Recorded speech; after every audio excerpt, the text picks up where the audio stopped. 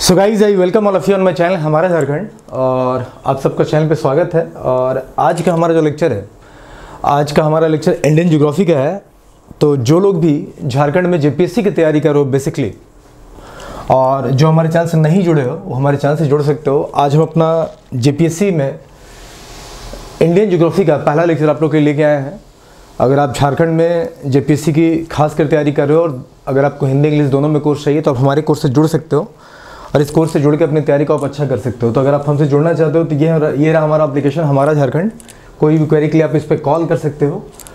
और आज जो है हमारा इंडियन ज्योग्राफी का पहला लेक्चर है, तो बहुत बेसिक से स्टार्ट करेंगे। ज्योग्राफी एज ए सब्जेक्ट के रूप में कैसे इवॉल्व हुआ, जेपीएससी में क्या क्या सिलेबस है ज्योग्राफी का, उसको भी हम डिस्कस करेंगे और साथ ही साथ अपने लेक्चर को कंटिन्यू करेंगे। ठीक है, सो चलिए, this is me your mentor and guide.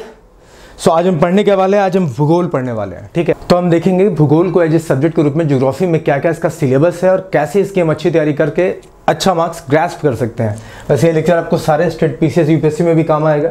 I have covered this topic very extensively, बहुत विस्तारपूर्वक हम इससे बात करने वाले हैं और बहुत सारे फैक्ट्स हैं बड़ी आसानी से हम समझते चलेंगे। तो ठीक है, सो हम स्टार्ट कर रहे हैं भूगोल। स्पेशली जो लोग भी जेपीएससी की तैयारी कर रहे हो इंग्लिश हिंदी दोनों मीडियम में, आप हमसे जुड़ के अपनी तैयारी को अच्छा कर सकते हो। ठीक है, चलिए हम स्टार्ट करते हैं। सबसे पहले हम देखेंगे कि झारखंड पब्लिक सर्विस कमीशन, ठीक है, इसमें ज्योग्राफी का सिलेबस क्या है। ठीक है, और सिलेबस को पहले समझेंगे फिर हम एक एक करके बताते हैं कैसे कोर्स में मैं इसको खत्म करने वाला हूँ। तो देखिए, मैंने पूरा ज्योग्राफी को किस तरह से बांटा है और हम कैसे कैसे स्टडी करने वाले हैं। तो सबसे पहले जो ज्योग्राफी का सिलेबस है जेपीएससी के लिए उसको देख लेते हैं। तो मैंने ज्योग्राफी को जो डिवाइड किया है सिलेबस के तौर पे, तो सबसे पहले हम पढ़ेंगे इंडियन फिजिकल ज्योग्राफी जिसको आप बोलते हो भारतीय भौतिक भूगोल। फिर हम कवर करेंगे इंडियन इकोनॉमिक ज्योग्राफी जिसको आप बोलते हो भारतीय आर्थिक भूगोल। फिर हम कवर करेंगे क्लाइमेटोलॉजी जिसको आप बोलते हो जलवायु विज्ञान। फिर हम कवर करेंगे जियोमॉर्फोलॉजी जिसको आप बोलते हो भू आकृति विज्ञान। फिर हम कवर करेंगे ओशनोग्राफी जिसको आप बोलते हो समुद्र विज्ञान। और lastly I will cover world economic geography जिसको आप बोलते हो विश्व आर्थिक भूगोल। आपको मैं बताऊं तो आजकल किसी भी, अगर आप यूपीएससी कर लो या स्टेट पीसीएस कर लो, तो ये इंडियन इकोनॉमिक ज्योग्राफी जो है ना, ये भारतीय आर्थिक भूगोल, ये बड़ा ही इंपॉर्टेंट रोल प्ले करने लग गया है। ये काफ़ी इंपॉर्टेंट है मेंस प्रोस्पेक्टिव से भी। वैसे मेंस प्रोस्पेक्टिव से ओशनोग्राफी क्लाइमेटोलॉजी ये भी इंपॉर्टेंट है, बट इससे आपको पीटी में प्री में क्वेश्चन देखने को अच्छे मिल जाएंगे। सो चलिए हम आगे देखते हैं।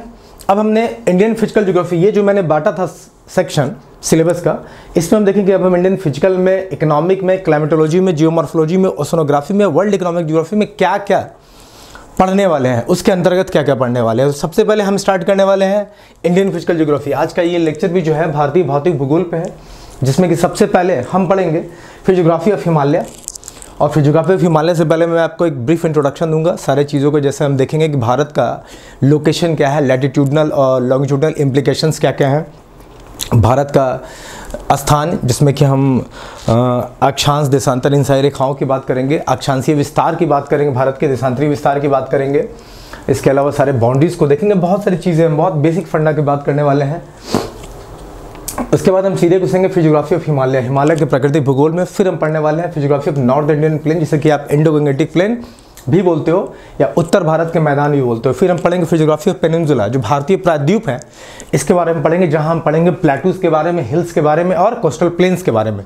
तो इसको हम कवर करने वाले हैं पेनिनसुला में, जहां हम पहाड़ियाँ, चोटी और जो आपके तटीय क्षेत्र उसके बारे में पढ़ेंगे। फिर हम पढ़ेंगे आइलैंड्स के बारे में, द्वीपों के बारे में, कौन कौन से द्वीप बे ऑफ बंगाल में है, कौन कौन से द्वीप अरेबियन सी में है, इनको देखेंगे।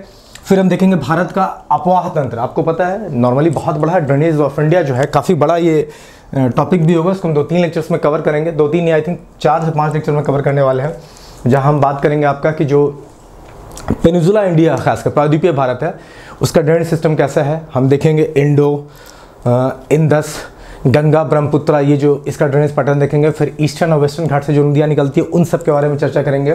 फिर हम आ जाएंगे भारत के मिट्टियों पे, सॉइल्स ऑफ इंडिया, उसकी चर्चा करेंगे। फिर हम आ जाएंगे भारत के जलवायु क्लाइमेट्स पे चर्चा करेंगे। और लास्ट जो प्राकृतिक वनस्पति है, नेचुरल वेजिटेशन, उसके बारे में बात करेंगे। तो these all topics I am going to cover अंदर भारतीय भौतिक भूगोल, that is called Indian physical geography. So हम यहीं से शुरू करने वाले हैं, आज का हमारा लेक्चर भी यहीं शुरू होने वाला है। ठीक है, उसके बाद हम इंडियन इकोनॉमिक ज्योग्राफी में पढ़ेंगे, जिसके अंदर हम पढ़ेंगे जल संसाधन, water resource, conventional energy resource, non conventional energy resource, जिसे कि आप पारंपरिक ऊर्जा संसाधन और गैर पारंपरिक ऊर्जा संसाधन भी बोलते हो। ठीक है, उसके बाद हम परमाणु ऊर्जा की बात करेंगे, जितने भी मैन्युफैक्चरिंग इंडस्ट्रीज है उसके बारे में बात करेंगे, और जो भी भारत के खनिज संसाधन जो यहाँ पे मौजूद है उनके बारे में भी बात करने वाले हैं। तो ये सब हम बात करने वाले हैं इंडियन इकोनॉमिक ज्योग्राफी, जिसको कि आप बोलते हैं भारतीय आर्थिक भूगोल में। ये देखो, ये जो चीज़ मैं बता रहा हूँ ना आपको, मैं सिलेबस तोड़ के बता रहा हूँ। जब तक आपका सिलेबस ठीक से दिमाग में सेटल नहीं होगा ना, जेपीएससी एक स्टेट पीसीएस एक बड़ा एग्जाम होता है, इस तरह के एग्जाम को लिखने के लिए you should have good amount of patience with in you, और आपको हर एक सिलेबस आपके दिमाग में फीड होना चाहिए, ताकि जब आप क्वेश्चन देखो तो आपको समझ में आ जाए, अच्छा ये फिजिकल का क्वेश्चन था, इकोनॉमी का क्वेश्चन था, ये वर्ल्ड ज्योग्राफी था। इस तरह की चीज़ें आपके दिमाग में आ जानी चाहिए।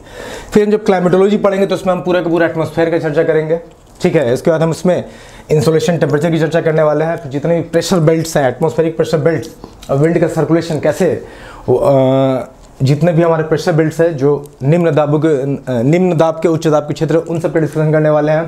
फिर हम देखने वाले ह्यूमिडिटी, क्लाउड एंड प्रेसिपिटेशन के बारे में बात करेंगे। Air masses, fonts and cyclone, जितने भी चक्रवात हैं उन सब को देखेंगे, और प्रति चक्रवात के बारे में भी हम बात करेंगे। ये सब बात करेंगे हम क्लाइमेटोलॉजी, जलवायु विज्ञान के अंदर। फिर हम आते हैं जियोमॉर्फोलॉजी से, क्या बोलते हैं, भू आकृति विज्ञान। ये बहुत इंपॉर्टेंट है, ठीक है। इसमें हम अर्थ का इंटीरियर देखेंगे कि भाई पृथ्वी की आंतरिक संरचना क्या है, कैसे ओरिजिन हुआ, रॉक एंड रॉक साइकिल देखने वाले हैं, सारे चट्टानों की चर्चा करेंगे। फिर हम देखेंगे अर्थक्वेक जो आते हैं उसके बारे में देखेंगे। फिर हम इसमें भी देखने वाले हैं प्लेट टेक्टोनिक थ्योरी, जिसमें कि आप आगे चल के पढ़ने ही वाले हो, कॉन्टिनेंटल ड्रिफ्ट थ्योरी, सीडीटी से कि आप बोलते हो, ठीक है, महाद्वीपीय बहाव सिद्धांत, इसको भी देखेंगे। फिर अर्थ मूवमेंट और रिलेटेड लैंड फॉर्म्स की जो भूकृतियाँ हैं या भू अवस्थाकृतियाँ जिसको कि आप बोलते हो, कौन कौन से हैं, उनको भी देखने वाले हैं। फिर हम देखने वाले हैं वोल्केनिसिटी एंड वोल्केनोस के बारे में, हम ज्वालामुखी के बारे में पढ़ने वाले हैं। लैंड फॉर्म जो भी भू आकृतियाँ हैं उन सबको भी हम देखेंगे। ये सबको कवर करेंगे हम जियोमॉर्फोलॉजी में। फिर हम जाएंगे ओशनोग्राफी पे। ओशनोग्राफी में हम देखेंगे relief of the ocean floor, ठीक है। उसके बाद देखेंगे temperature of the ocean water, salinity के बारे में बात करेंगे। जितने भी महासागरीय धाराएं हैं, ओशनिक करंट्स, उसके बारे में चर्चा करेंगे। फिर महासागरीय ज्वार के बारे में, ओशन टाइड्स के बारे में बात करेंगे। कोरल लिप्स, मूंगे के बारे में बात करेंगे, जहाँ हम फ्रिंजेस, मोरन सब के बारे में बात करेंगे, एटॉल्स की बात करेंगे। फिर मरीन रिसोर्सेज, जो भी समुद्री संसाधन है, इसके बारे में बात करेंगे। और ये सब ओशनोग्राफी के अंदर, समुद्र विज्ञान के अंदर डील करने वाले हैं। Lastly I will be covering world economic geography, जिसमें कि विश्व आर्थिक भूगोल में हम टॉपिक क्या क्या देखने वाले हैं, minerals of the world, shale gas and coal bed methane के बारे में बात करेंगे, iron and steel industry of the world, ठीक है। तो ये सब टॉपिक कवर करके तब हमारा पूरा का पूरा जो इंडियन ज्योग्राफी का सिलेबस है, जो हमारा इंडियन ज्योग्राफी का सिलेबस है, इंडियन ज्योग्राफी का जो हमारा सिलेबस है जेपीएससी के लिए, खासकर झारखंड पब्लिक सर्विस कमीशन के लिए, वो खत्म होगा। तो जो लोग भी जेपीएससी से अपने आप को इनरोल करना चाह रहे हो, हमसे ज्योग्राफी पढ़ना चाह रहे हो, आप हमसे कोर्स में जुड़ सकते हो और अपनी तैयारी अच्छा कर सकते हो। वैसे मैंने यूट्यूब पे भी ज्योग्राफी का, इंडियन ज्योग्राफी का भी सीरीज़ के क्वेश्चंस बहुत सारे एमसीक्यूज में दे रहा हूँ, आप उसको देख सकते हो और उससे भी लाभ उठा सकते हो। तो चलिए हम स्टार्ट करते हैं। तो आज का हमारा जो टॉपिक है, ये जो हमारा लेक्चर है इंडियन फिजिकल ज्योग्राफी हम पढ़ा रहे हैं, उसमें देख लेते हैं कि आज हम क्या क्या पढ़ने वाले हैं। तो पहले हम इंट्रोडक्शन देखेंगे, ठीक है, इस टॉपिक का, कि भाई ज्योग्राफी एज ए सब्जेक्ट कैसे इवॉल्व हुआ, किन किन का नाम ज्योग्राफी से जुड़ा हुआ है, जो प्रश्न डायरेक्टली पूछ लिए जाते हैं, जैसे ही केटीएस हो गया, एरिस्टोनीज हो गया, जर्मन अलेक्जेंडर वोन हम्बल्ट हो गया, रैटजेल हो गया, एनविले हो गया, जितना भी टॉलमी हो गया, तो इन सब का नाम का भी हम चर्चा करने वाले हैं। फिर हम देखेंगे longitudinal and latitudinal extent and it's implication, कि भारत का जो विस्तार है, अक्षांशीय और देशांतर विस्तार क्या है, ठीक है, और उसका क्या क्या इम्प्लीकेशन है, ठीक है, इसका प्रभाव क्या, वो देखेंगे। भारत के साइज की चर्चा करेंगे, पॉपुलेशन वाइज, एरिया वाइज, इन सब की चर्चा करने वाले हैं। और फिर फाइनली आज हम स्टार्ट भी कर देंगे एनएमसी, नॉर्दर्न माउंटेन चेन को, ठीक है, जैसे कि आप उत्तरी पूर्वी पर्वत श्रृंखला बोलते हो, नॉर्दर्न माउंटेन चेन, तो आज हम इसको स्टार्ट भी करेंगे, जिससे हम हिमालय से स्टार्ट करने वाले हैं। और उसमें भी हम देखेंगे trans Himalaya, greater Himalaya, middle lesser Himalaya और आउटर हिमालय, से कि आप शिवालिक बोलते हो, मिडिल लेजर हिमालय को आप हिमाचल बोलते हो, और GHR ग्रेट हिमालय को रेंज को आप हिमाद्री बोलते हो। तो बड़ा एक एक आराम से हम एक एक पहले ट्रांस देखेंगे, फिर GHR देखेंगे, फिर MHR देखेंगे, फिर OHR देखेंगे, और बाकायदा मैप के थ्रू मैं आपको बताता चलूँगा। बहुत प्यारे प्यारे कॉन्सेप्ट्स हैं, आप आराम से सुनते चलो। ज्योग्राफी एक बड़ा विषय तो है, लेकिन जब आप इसे ढंग से पढ़ते हो ना तो बहुत आसान भी हो जाता है। हाँ, फैक्चुअल पॉइंट्स आपको मिलेंगे, वो आपको याद करते चलने हैं, जो कि आपको पीटी में, प्री के एग्जाम से बड़ा ही कारगर होगा। तो चलिए हम देखते हैं ज्योग्राफी। तो देखो हमारा पहला स्लाइड को क्या बता रहा है। देखो ज्योग्राफी, अगर आप इस शब्द को देखते हो, तो ज्योग्राफी दो शब्दों से मिलकर बना है, एक तो है जियो, एक है ग्राफोस। देखो ज्योग्राफी जो शब्द है वो ग्रीक वर्ड से लिया गया जियो और ग्राफोस से। जियो का मतलब होता है अर्थ, जियो का मतलब होता है अर्थ, और ग्राफोस का मतलब होता है डिस्क्रिप्शन। तो जब आप पृथ्वी का वर्णन के बारे में पढ़ते हो। यहाँ जो भी घटनाएं घट रही होती, जो भी फेनोमेना है, जब इसके आप लैंड फॉर्म्स, रिलीफ फीचर्स, ठीक है, उसके ऊपर जितनी भी चीज़ें स्थित है उन सब की जानकारी प्राप्त करते हो, ठीक है, तो वो आपका ज्योग्राफी के अंदर आ जाता है।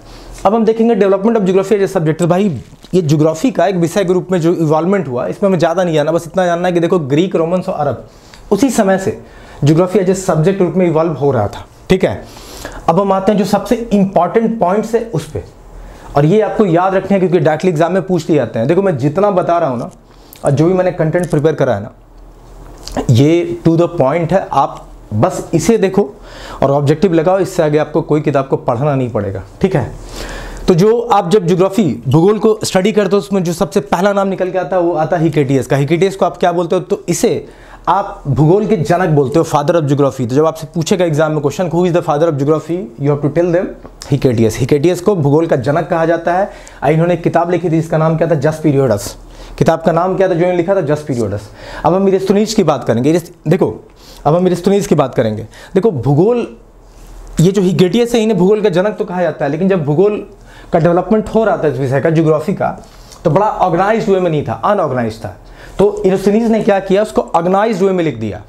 तो अगर आपसे पूछे कि भूगोल का जनक कौन है, तब तो हिकेटियस हो जाएगा। लेकिन अगर आपसे पूछे कि व्यवस्थित भूगोल का जनक, मतलब who is the father of organised geography, तो जब आपसे ऑर्गेनाइज्ड ज्योग्राफी की बात है तो आप इरिस्तोनीज का नाम लोगे, ठीक है। साथ ही साथ इन्होंने एक शब्द भी दिया था ज्योग्राफिया, ज्योग्राफी का। इसको भी आप ध्यान में रखना कि ज्योग्राफी का शब्द किसके द्वारा दिया गया था भाई? तो इरिस्तोनीज के द्वारा। अब हम आते हैं जर्मन अलेक्जेंडर वोन हम्बोल्ट पे। देखो जर्मन अलेक्जेंडर वोन हम्बोल्ट को क्या क्या बोला था? इनको बोला था फादर ऑफ क्लाइमेटोलॉजी, जलवायु विज्ञान के पिता। इनको बोला था फादर ऑफ मॉडर्न ज्योग्राफी, आधुनिक भूगोल के पिता भी किसको बोलाता है? तो अलेक्जेंडर वोन हम्बोल्ट को। इसके अलावा वनस्पति भूगोल के पिता, फादर ऑफ वेजिटेशन ज्योग्राफी किसको बोलाता? तो ये भी अलेक्जेंडर वोन हम्बोल्ट को ही बोलाता है।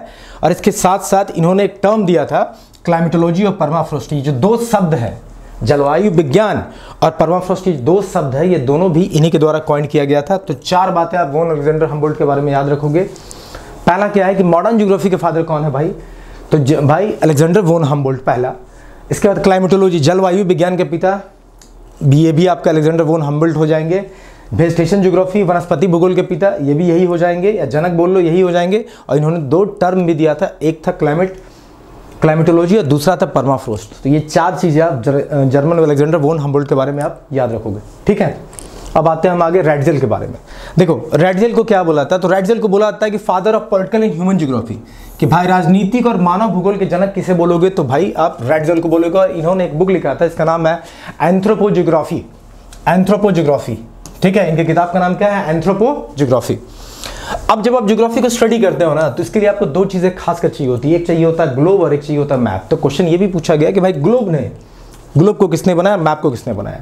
तो देखो मार्टिन बेहम वो पहले व्यक्ति थे जिन्होंने ग्लोब बनाया था। और मैप, अगर मानचित्र की बात करते हैं तो आप मानचित्र का जब भी नाम सुनो तो आप एनेक्सिमेंडर को याद रखना कि भाई सबसे पहले व्यक्ति जिन्होंने मानचित्र ड्रॉ किया था वो थे एनेक्सिमेंडर, ठीक है, was the first to draw maps. तो एनेक्सिमेंडर ने नक्शे बनाने वाले, एनेक्सिमेंडर जो थे नक्शे बनाने वाले पहले व्यक्ति थे। और ग्लोब बनाने वाले पहले व्यक्ति कौन थे? तो मार्टिन बेहम थे, ठीक है। अब चलते हैं इंडिया के मैप पे। देखो भारत के मानचित्र से क्या क्या प्रश्न पूछे जाते हैं। अब वो नहीं, उसके अंदर से नहीं भाई, जब इंडियन मैप की बात आती है तो उसमें एक दो प्रश्न निकल के आता है। पहला, who was the first to design India map, ठीक है, कि भारत का मानचित्र डिजाइन करने वाला पहला व्यक्ति कौन था? तो एनविले थे, जिन्होंने 1752 में डिजाइन किया था भारत के मैप को।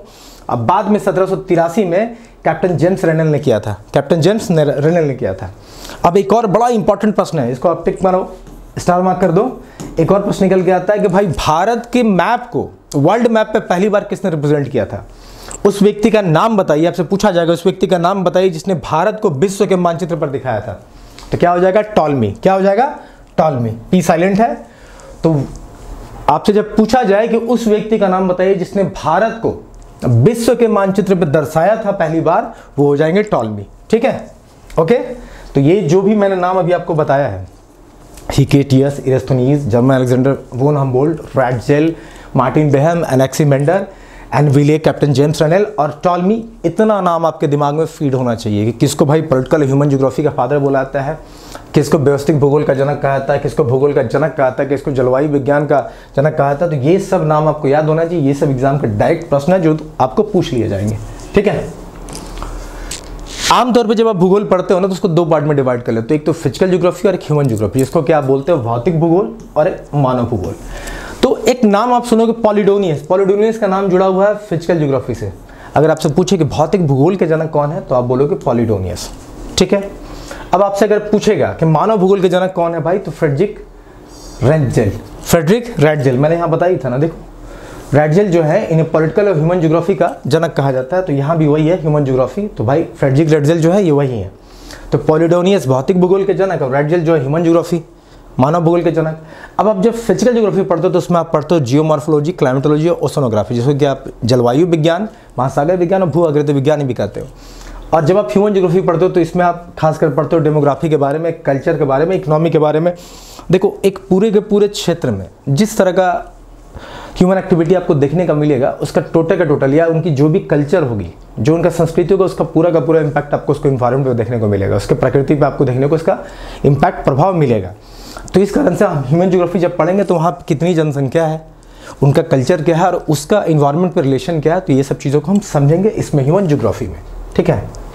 अब हम आते हैं अपने मेन मुद्दे पर और यहाँ से हम अपने टॉपिक को कंटिन्यू करेंगे। बड़े प्यारे तरीके से हम सब कुछ को सीखते चलने वाले हैं, ठीक है।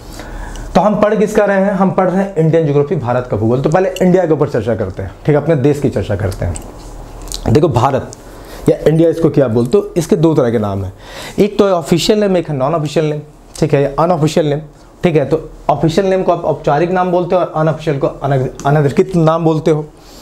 अब अगर हम भारत के ऑफिशियल या औपचारिक नाम की बात करें तो हमारा जो आर्टिकल 1 है, जो हमारा अनुच्छेद 1 है भारतीय संविधान का, वो बोलता है कि India that is Bharat shall be A union of state. तो हमारे संविधान में भारत का ऑफिशियल नाम, दो नामों की चर्चा हुई है, एक तो इंडिया दैट इज भारत, तो भारत और इंडिया ये दो नामों की चर्चा हुई है। यही दोनों आर्टिकल 1 में बताए गए हैं कि India that is Bharat shall be A union of state.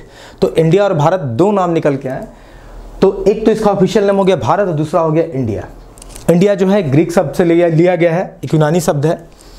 और भारत, तो हम देखते हैं कि देखो भारत, ये जो नाम भारत पड़ा हमारे देश का, ये किन किन कारणों से पड़ा। तो देखो ऋग्वेद में बताया गया है कि भारत नाम का एक कबीला था, ऋग्वेद में बताया गया है कि भारत नाम का एक कबीला था, उसके नाम पे भारत देश का नाम भारत पड़ा। और दूसरा हमारे वायु पुराण में बताया गया है कि दुष्यंत, ठीक है, हमारे वायु पुराण में बताया गया है कि राजा दुष्यंत के जो पुत्र भरत थे, उनके नाम पे हमारे देश का नाम भारत पड़ा है। तो भारत नाम दो तरह से आप देख सकते हो, दो रीजन्स बताया गया है। ऋग्वेद में बताया गया कि भारत नाम का एक कबीला रहता था, उससे इसका नाम भारत पड़ा।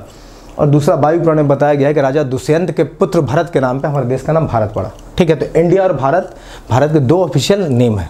अगर हम अनऑफिशियल नाम की चर्चा करें तो आपको बहुत सारा मिल जाएगा, आर्यव्रत, भारतवर्ष, हिंदुस्तान, ये सब बहुत सारे मिल जाएंगे। नॉर्मली आर्यव्रत बोला जाता है क्योंकि आर्यों की निवास स्थली भी रही है ये। जम्बूद्वीप पूरे एशिया को बोला गया। भारतवर्ष आपको वैदिक साहित्य में ये नाम देखने को मिल जाएगा। हिंदुस्तान, जो ईरानी थे ना वो सिंधु को हिंदू बोला करते थे और वहीं से हिंदुस्तान आ गया। कहीं कहीं से नाभीवर्ष भी बोला गया है। और चाइनीज़ लोग, जो चाइनीज़ ट्रेवलर थे, वो लोग इसको तिंजोहू भी बोलते हैं, तिंजोही बोलते हैं। तो ये सारे नाम आपको देखने को मिल जाएगा, ठीक है। और बहुत बार प्रश्न नामों से ही पूछ लिया गया है।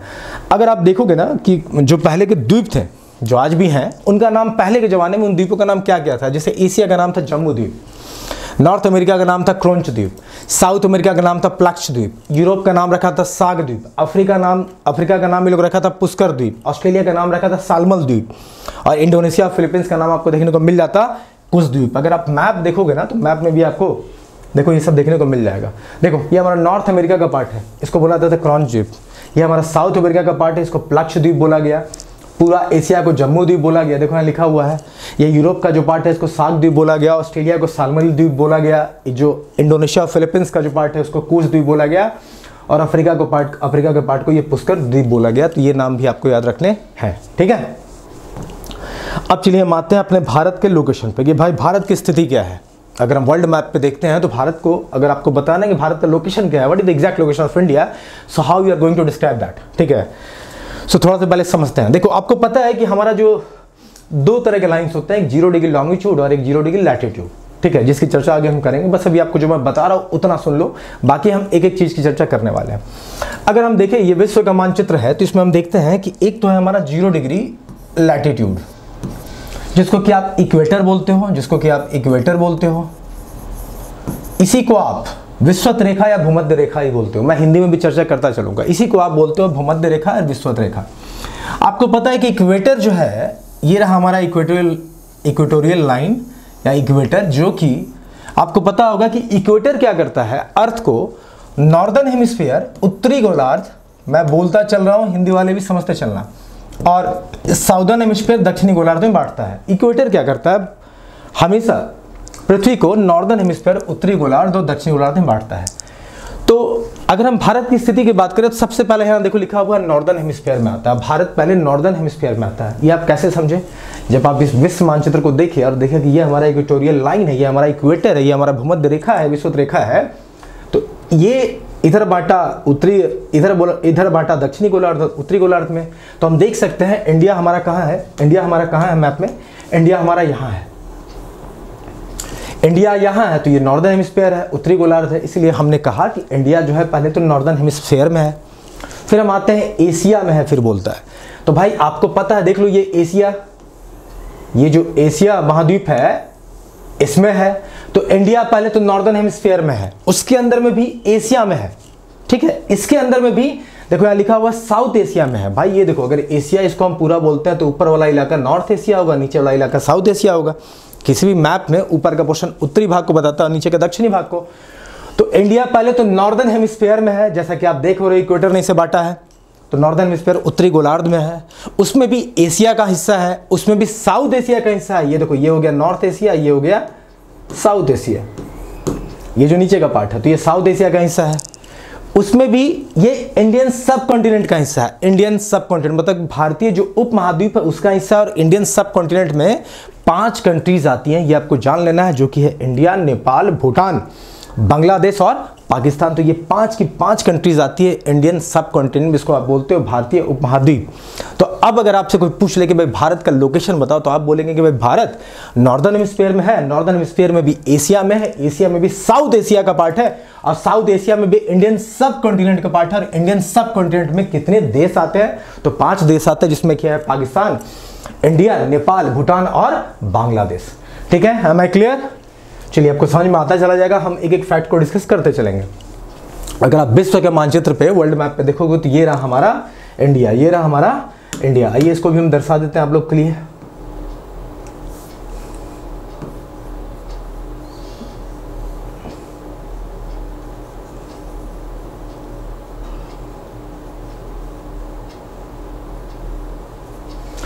तो ये रहा हमारा भारत, ठीक है। तो अगर आप विश्व के मानचित्र पे देख रहे हो तो ये रहा हमारा इंडिया, ठीक है।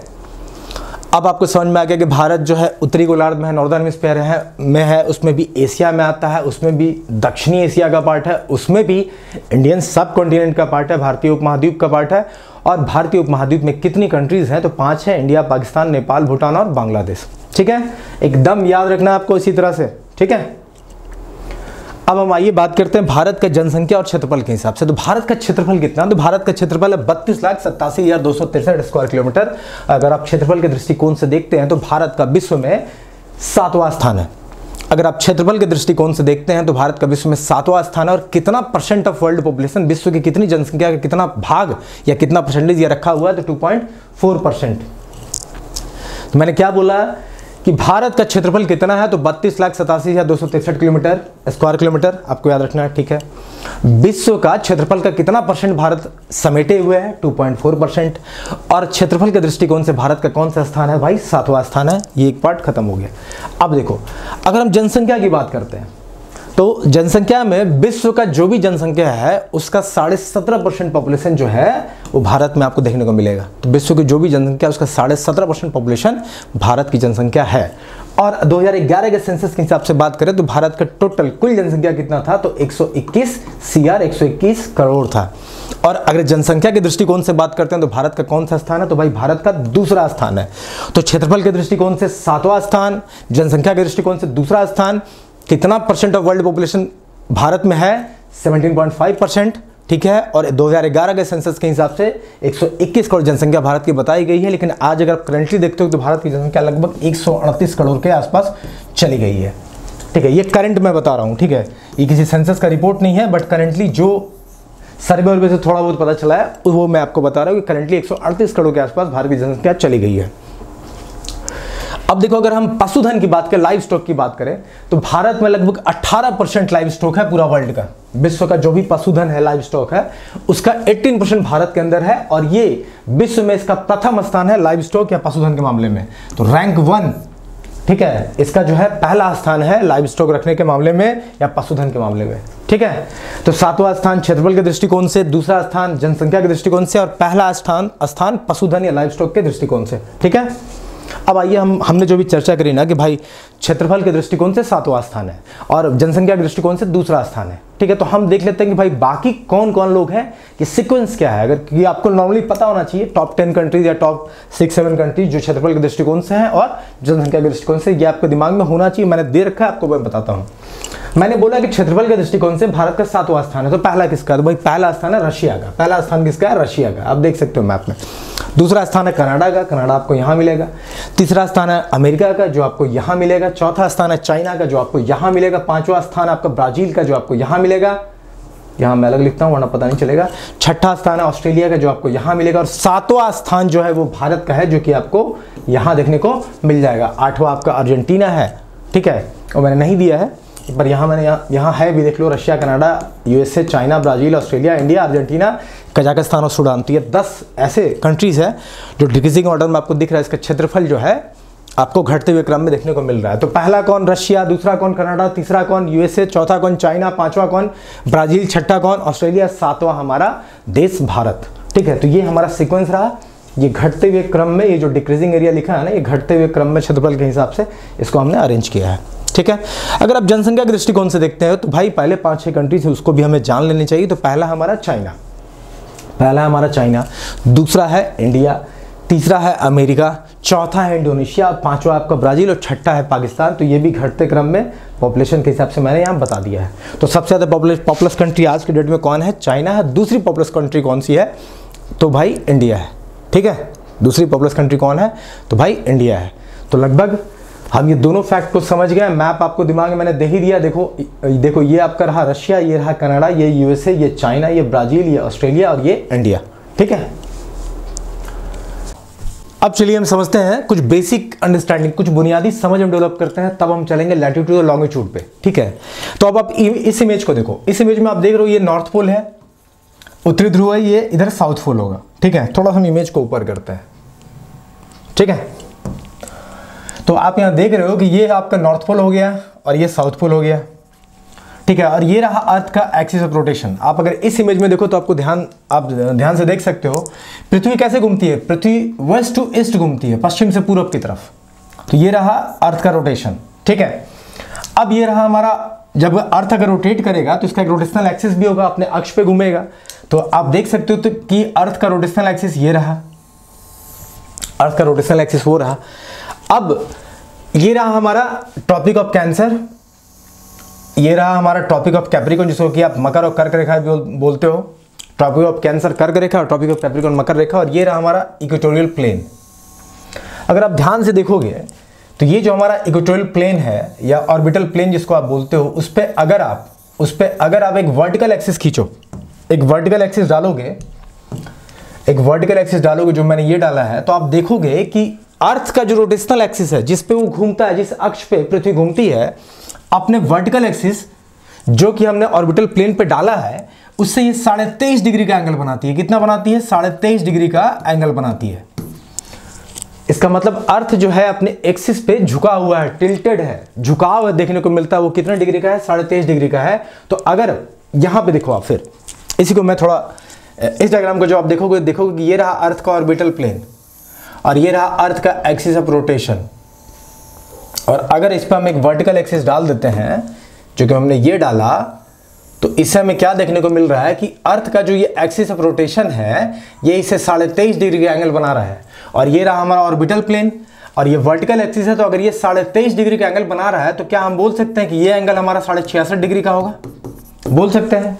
तो अर्थ अपने एक्सिस पे 23.5 डिग्री झुका हुआ अपने ऑर्बिटल प्लेन से। तो भाई दूसरा एंगल कितना बनाएगा? 66.5 का। ये देखो मैंने यहाँ क्यों बताया, समझना ध्यान से।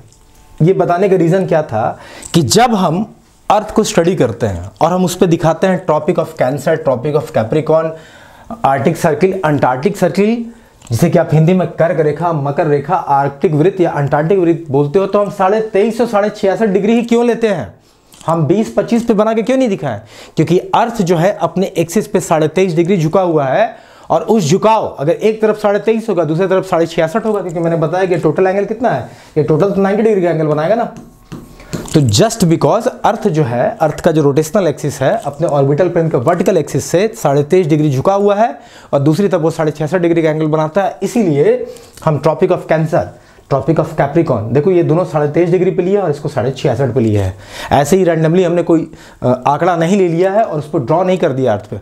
तो हर चीज़ के पीछे एक रीज़न है, एक लॉजिक है जो आपको समझते चलना है और मैं आपको समझाऊंगा भी, ठीक है।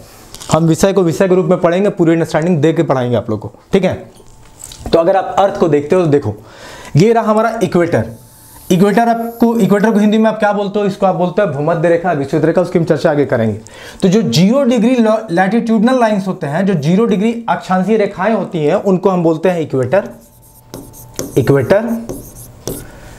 जो 23.5 डिग्री पे हम ड्रॉ करते हैं उसको हम बोलते हैं ट्रॉपिक ऑफ कैंसर, यानी कि कर्क रेखा।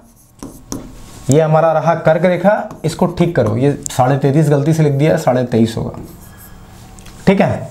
तो जो हमारा 0 डिग्री अक्षांश रेखा उसको हमने कहा इक्वेटर, जो 23.5 डिग्री रेखाएं हैं उसको हमने कहा कर्क रेखा, ट्रॉपिक ऑफ कैंसर, ठीक है। ये आपका कर्क रेखा हो गया, इसको लिख लो कर्क रेखा। तो भाई जो 23.5 डिग्री, ये जो आपका 23.5 डिग्री है, ये आपका नॉर्थ लैटिट्यूड। आपको पता होगा कि इक्वेटर जो है अर्थ को काटता है 2 पार्ट में। एक पार्ट को आप बोलते हो नॉर्दर्न हेमिस्फीयर, एक पार्ट को आप बोलते हो साउदर्न हेमिस्फीयर। इसका मतलब इधर वाले को हम बोलेंगे उत्तरी गोलार्ध, ठीक है, और इधर वाले को आप बोलोगे दक्षिणी गोलार्ध, ठीक है। जैसे यहाँ साउदर्न हेमिस्फीयर है तो ये दक्षिणी गोलार्ध हो जाएगा, तो ये आपका हो जाएगा दक्षिणी गोलार्ध, ठीक है। तो जब आप बात करोगे नॉर्दर्न हेमिस्फीयर की, तो यहाँ सब जगह नॉर्थ लैटिट्यूड आएगा। जैसे देखो ट्रॉपिक ऑफ कैंसर कर्क रेखा 23.5 डिग्री नॉर्थ लैटिट्यूड पे है। ये आपका आर्कटिक सर्किल, ये आपका क्या है आर्कटिक सर्किल, ये 66.5 डिग्री नॉर्थ लैटिट्यूड पे है। वैसे ही जब आप ट्रॉपिक ऑफ कैप्रिकॉर्न, जिसको कि आप मकर रेखा बोलते हो, इसको आप क्या बोलते हो? इसको आप मकर रेखा बोलते हो। ये आपका कहाँ है? 23.5 डिग्री साउथ लैटिट्यूड पे है। देखो साउथ की तरफ है ना, इक्वेटर ने से नॉर्थ काट के नॉर्थ बना दिया, इसको साउथ बना दिया, उत्तरी और दक्षिणी गोलार्ध में बांट गया। तो ये 23.5 डिग्री दक्षिणी अक्षांश हो गया, 23.5 डिग्री उत्तरी अक्षांश हो गया, ठीक है। तो अर्थ पे आप, मैंने इस डायग्राम में आप लोग क्या बताने की कोशिश किया कि जो 0 डिग्री लैटिट्यूड की लाइंस होती है उसको आप इक्वेटर बोलते हो। इक्वेटर अर्थ को 2 पार्ट बांटता है, उत्तरी और दक्षिणी गोलार्ध में बांटता है। 23.5 डिग्री नॉर्दर्न लैटिट्यूड को आप कर्क रेखा बोलते हो, 23.5 डिग्री साउदर्न लैटिट्यूड को आप मकर रेखा बोलते हो, 66.5 डिग्री नॉर्थ लैटिट्यूड को आप आर्कटिक सर्किल बोलते हो, 66.5 डिग्री दक्षिणी अक्षांश को आप अंटार्कटिक सर्किल बोलते हो। कि ये आपका हो गया आर्कटिक वृत्त, और ये आपका हो गया अंटार्कटिक वृत्त, ये आपका हो गया अंटार्कटिक वृत्त, ठीक है। तो ये बस आपको मैं बता रहा था। अच्छा अब देखो ये आपका ट्रॉपिक ऑफ कैंसर से लेकर कैप्रिकॉर्न तक का एरिया है, यहां से यहां तक के बीच कोई, इस जोन को हम बोलते हैं टॉरिड जोन। क्या बोलते हैं? टॉरिड जोन, ठीक है। और हिंदी में आप उसको बोलते हो उष्णकटिबंधीय क्षेत्र। ये आपका उष्णकटिबंधीय इलाका हो गया। अब आप जब ट्रॉपिक ऑफ कैंसर से लेके आर्कटिक सर्किल तक जाओगे, ये आपका आर्कटिक सर्किल हो गया, या आर्कटिक वृत्त तक जाओगे, इसको आप बोलते हो टेम्परेट जोन। इंग्लिश में क्या बोलते हो? टेम्परेट जोन बोलते हो। हिंदी में क्या बोलते हो? उत्तरी शीतोष्ण कटिबंध। उत्तरी इसलिए कि नॉर्दर्न पार्ट है तो इसको आप शीतोष्ण कटिबंध बोलते हो। तो ये बीच वाले को आप टॉरिड जोन बोले इंग्लिश में, हिंदी में बोले उष्ण कटिबंध, इसको आप बोले टेम्परेट जोन, इसको आप बोले शीतोष्ण कटिबंध। और ये जो लास्ट आपका है आर्कटिक सर्किल से लेकर नॉर्थ पोल तक का इलाका, और यहाँ अंटार्कटिक सर्किल से लेकर साउथ पोल तक का इलाका, इसको आप बोलते हो फ्रिजिड जोन। ये क्या है? फ्रिजिड जोन, जिसको कि आप हिंदी में क्या बोलते हो? शीत कटिबंध। क्या बोलते हो? शीत कटिबंध बोलते हो, ठीक है। तो यहाँ हमने क्या समझा कि भाई इक्वेटर है, इक्वेटर अर्थ को नॉर्दर्न और साउदर्न हेमिस्फीयर में बांटता है, जिसको आप उत्तरी और दक्षिणी गोलार्ध बोलते हो। 23.5 डिग्री नॉर्थ लैटिट्यूड को आपने कर्क रेखा बोला, 23.5 डिग्री साउथ लैटिट्यूड को आपने मकर रेखा बोला। इसके बाद 66.5 डिग्री नॉर्थ लैटिट्यूड को आपने आर्कटिक सर्किल या आर्कटिक वृत्त का, 66.5 डिग्री साउथ लैटिट्यूड या साउथ दक्षिणी अक्षांश को आपने अंटार्कटिक वृत्त बोला। और यहाँ से यहाँ तक का जो इलाका था, इसमें मैंने बोला कि ये टॉरिड जोन है, इसे कि आप हिंदी में उष्णकटिबंध बोलते हो, ये टेम्परेट जोन है, इसको कि आप हिंदी में शीतोष्णकटिबंध बोलते हो, और ये फ्रिजिड जोन है, इसको आप हिंदी में शीतकटिबंध बोलते हो। ठीक है, तो बस ये समझाने के लिए था। अब चलिए हम एक एक करके बात करते हैं, लैटिट्यूड और लॉन्गिट्यूड की बात करते हैं।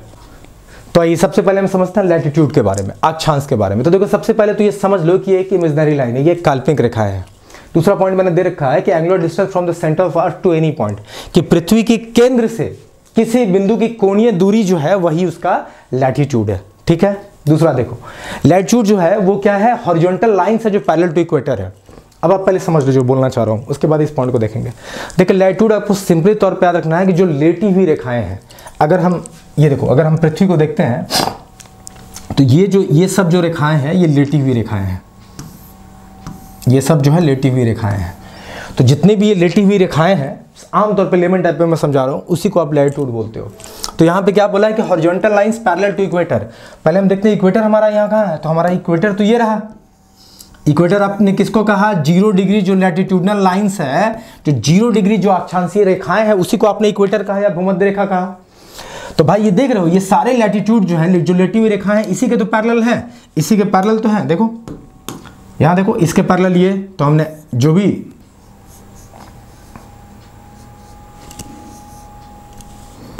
तो सब इसी के पैरेलल तो है, इसी इक्वेटर के पैरेलल तो है। देखो ये रहा इक्वेटर, हमने बताया ये रहा आपका इक्वेटर, और ये रहा, एक सेकंड रुक लो, देखो ये रहा हमारा काला वाला इक्वेटर। तो ये सारी जो रेखाएं हैं इसी इक्वेटर के पैरेलल तो है। तो लैटिट्यूडनल लाइंस जो होते हैं वो एक काल्पनिक रेखाएं हैं, किसी भी पृथ्वी की किसी बिंदु का उसके केंद्र से जो कोणीय दूरी है उसको कहते हो आप। और जो भी हॉरिजॉन्टल रेखाएं हैं, ठीक है, तो भूमध्य रेखा के समांतर जो क्षैतिज रेखाएं उसको आप बोलते हो लैटिट्यूडनल लाइंस। ठीक है, मतलब जो भी भूमध्य रेखा या इक्वेटर इसको आप बोलते हो, उसके ये लाइंस क्या होते हैं, उसके पैरेलल होते हैं। ठीक है, ये क्या है, समानांतर क्षैतिज रेखाएं। क्षैतिज रेखाएं जो आपकी ऐसी रेखाएं होती हैं उनको आप बोलते हो, हॉरिजॉन्टल लाइंस को आप क्षैतिज रेखाएं बोलते हो। अब देखो एक और पॉइंट समझो, जो लैटिट्यूड होता है ना, हमेशा दो लैटिट्यूड के बीच का डिस्टेंस जो होता है ना वो सेम होता है। जैसे अभी डायग्राम में मैं बता रहा हूं, समझना। जैसे देखो ये दोनों लैटिट्यूडनल लाइंस है, मान लो ये लैटिट्यूडनल लाइंस हो गया, ठीक है, ये लैटिट्यूडनल लाइंस हो गया, मान लो ये लैटिट्यूडनल लाइंस है। तो लैटिट्यूडनल लाइंस के बीच की जो दूरी होती है ना, मान लो ये सब लैटिट्यूडनल लाइंस है, तो इनके बीच की जो दूरी है, मान लो ये भी x है, ये भी x है, ये भी x है, मतलब सब बराबर होती हैं।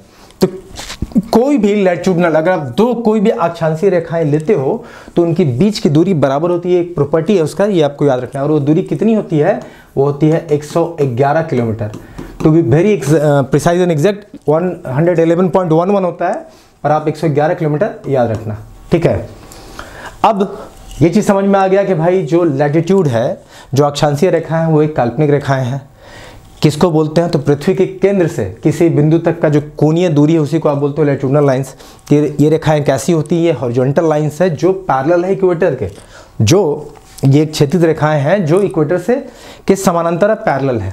अब दो लैटिट्यूड के बीच में डिस्टेंस क्या होता है, बराबर होता है, वो 111 किलोमीटर का होता है। इसको किसका चिन्ह क्या है रिप्रेजेंट करने का, तो फाई, इसका चिन्ह क्या है, फाई से रिप्रेजेंट करते हैं। अब अगर आपसे पूछे कि total number of latitudinal lines कितने हैं, टोटल नंबर ऑफ लैटिट्यूड्स है कितने, टोटल लैटिट्यूड्स कितने हैं, तो आप क्या बोलोगे, देखो एक तो इक्वेटर हो गया, और हम जो ड्रॉ करते हैं 1 degree 2 degree 3 degree 4 degree 5 degree ऐसे ड्रॉ करते करते जाएंगे 90 डिग्री पे, तो 90 लाइन्स इधर हो जाएंगे, वैसे ही 90 लाइन्स इधर हो जाएंगे, और एक तो हमारा इक्वेटर है ही, तो एक ये हो गया। तो 90 + 90 + 1, तो टोटल नंबर ऑफ लैटिट्यूड्स कितने हो गए, 181 हो गए। कितने हो गए, 181 हो गए। तो टोटल नंबर ऑफ लैटिट्यूड्स 181 हो गए। लेकिन अगर आपसे बोले कि टोटल नंबर ऑफ पैरेलल्स कितने हैं, टोटल नंबर ऑफ पैरेलल्स से मतलब समानांतर रेखाएं टोटल कितनी हो गई, तो अब इक्वेटर के इधर में समानांतर रेखाएं कितनी हैं, 89 और इधर में कितनी हो गई, 89, और एक इक्वेटर तो है ही। अब 89 पैरेलल कैसे हुआ, क्योंकि देखो ये जो पैरेलल रेखाएं हैं जब नॉर्थ पोल पे पहुंच जाएंगी तो ये तो पॉइंट बन जाएगा, पॉइंट बन जाएगा ना भाई। हम क्या करते हैं, ध्यान समझना, हम क्या करते हैं 1 डिग्री 2 डिग्री 3 डिग्री 4 डिग्री ऐसे खींचते चले जाते हैं लाइंस को। तो जब 90 डिग्री पहुंचेगा, जब 90 डिग्री पे पहुंचेगा तो यहाँ पे तो ये पॉइंट बन जाएगा। तो अगर आपसे पूछे कि टोटल नंबर ऑफ पैरेलल्स या सर्किल कितने बनते हैं, लैटिट्यूडनल सर्किल कितने बनते हैं, अक्षांशीय वृत्त कितने हैं? तो 179 हैं। 179 क्यों हुआ? क्योंकि टोटल लैटिट्यूड है 181। 181 में से ये जो 90 डिग्री वाला बनेगा नॉर्थ पोल पे और साउथ पोल पे, तो वो तो भाई एक पॉइंट हो जाएगा ना। 90 डिग्री पे जो बनेगा तो एक पॉइंट हो जाएगा नॉर्थ पोल और साउथ पोल पे, तो -2 कर देंगे तो निकल जाएगा 179 हो गया। तो टोटल नंबर ऑफ पैरेलल्स या सर्कल्स ऑफ लैटिट्यूड्स कितने हो जाएंगे? 179। और टोटल नंबर ऑफ लैटिट्यूड्स कितने होगा? तो 181। 181 कैसे हुआ कि एक इक्वेटर 90 इधर 90 इधर, तो टोटल 181 हो गया। ठीक है, अब देखो एक पॉइंट और है कि these are parallel lines between which distance is same but their length varies, that is different. तो देखो ये पैरेलल लाइंस तो है जिनके बीच में, देखो ये पैरेलल लाइंस तो है जिनके बीच की दूरी तो सेम है, ये दूरी तो सेम है, लेकिन इनका जो डिस्टेंस है ये तो सेम है, लेकिन जो इनका लेंथ है वो अलग अलग है, उनकी लंबाई अलग अलग। कैसे? देखो ध्यान से देखना, अगर ये इक्वेटर है और ये मेरा लैटिट्यूडनल लाइंस है, तो जैसे जैसे हम देखो ऊपर जा रहे हैं ये सर्किल छोटा होता चला जाएगा, होगा कि नहीं होगा? होगा।